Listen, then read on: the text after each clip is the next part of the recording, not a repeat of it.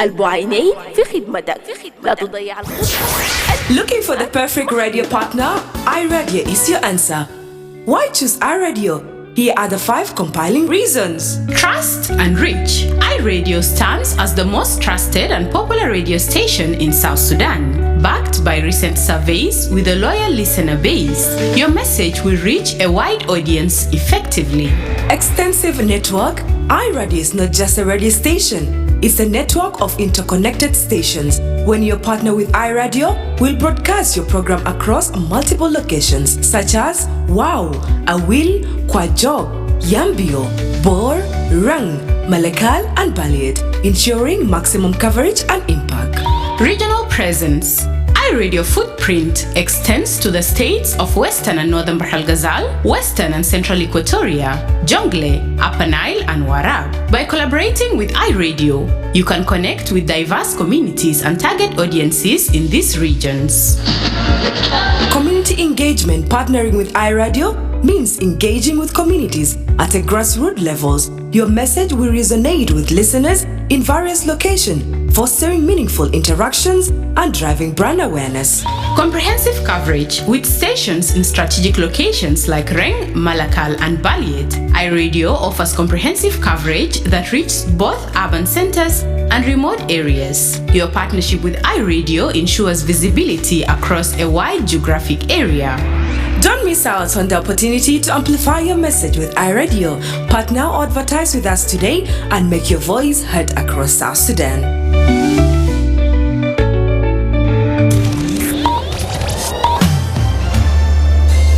Live from Juba, on air and online. This is iRadio News. Good morning, this is iRadio News. First, here are the headlines. Lake State Acting Minister of Information says about 15 people have been killed and 53 others injured in intercommunal violence in Rumbek North County. A lawmaker has criticized the economic cluster led by Vice President Dr. Benjamin Bolmel for failing to honor its pledge to pay civil servants on the 24th of every month. And the Ministry of Water Resources and Irrigation has warned of heightened risk of flooding in areas downstream of the Nile and Sobat rivers after water levels continue to rise. This and many more are coming in this news bulletin with me, Darlington Moses, and now the news in detail. Lake State Acting Minister of Information says about 15 people have been killed and 53 others injured in an intercommunal violence in Rumbek North County.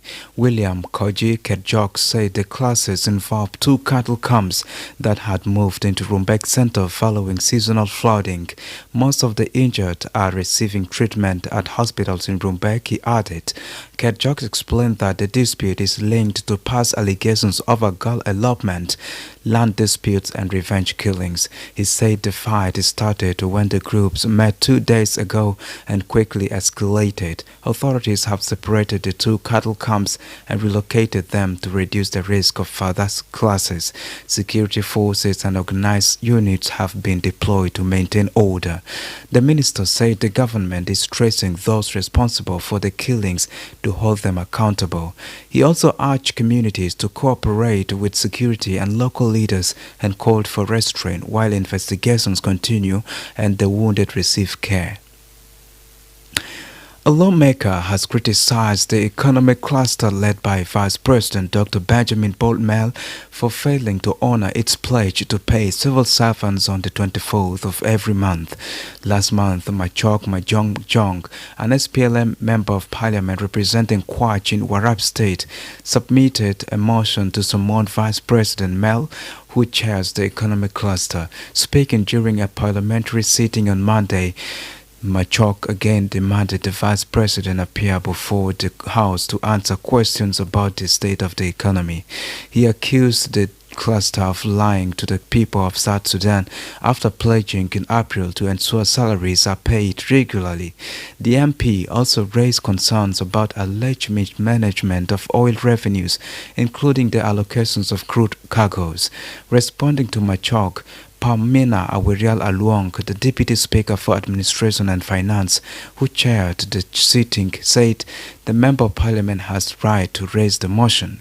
However, he stated that only Speaker Gemma Nonokumba can respond to the matter. This is iRadio News. The Ministry of Water Resources and Irrigation has warned of heightened risk of flooding in areas downstream of the Nile and Sobat rivers after water levels continue to rise. In an update issued yesterday, the ministry said water levels have reached a large stage at both Juba and Mangala monitoring stations.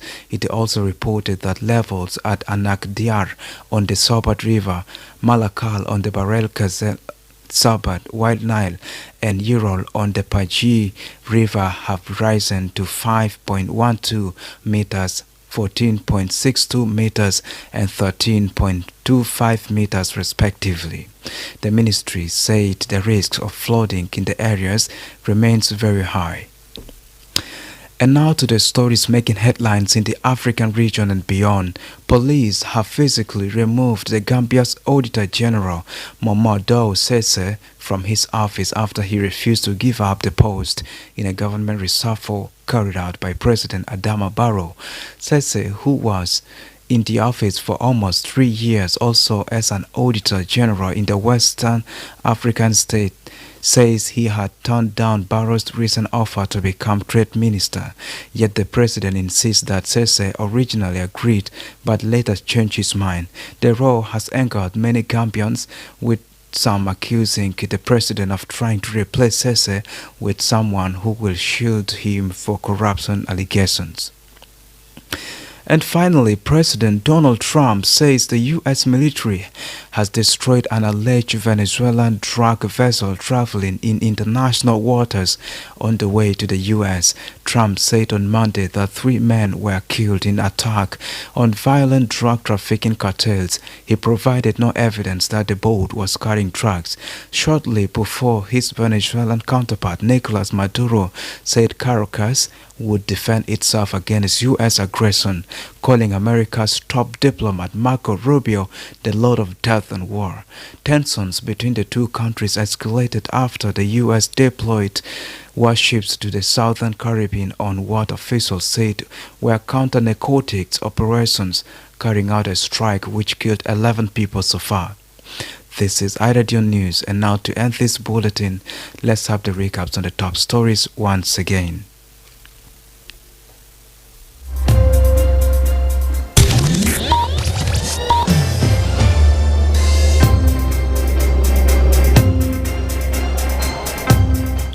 Lake State Acting Minister of Information says about 15 people have been killed and 53 others injured in an intercommunal violence in Rumbek North County. A lawmaker has criticized the economic cluster led by Vice President Dr. Benjamin Bolmel for failing to honor its pledge to pay civil servants on the 24th of every month. And the Ministry of Water Resources and Irrigation has warned that heightened risk of flooding in areas downstream of the Nile and Sobat rivers after water levels continue to rise would trigger flooding.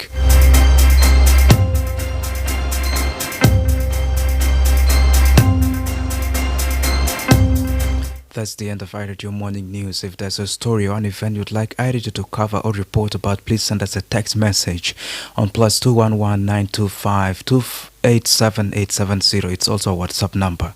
Follow us on X at iRadio Juba, like our Facebook page, iRadio. Subscribe to our YouTube channel at iRadio South Sudan. You can also visit our website and listen to us online at www.iradio.org.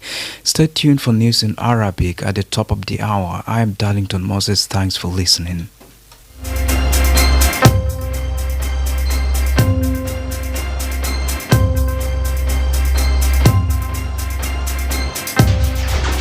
بتفتش على راديو مثالي؟ آي راديو هو جوابك. ليه تختار آي راديو؟ في 5 الأسباب المغنادل.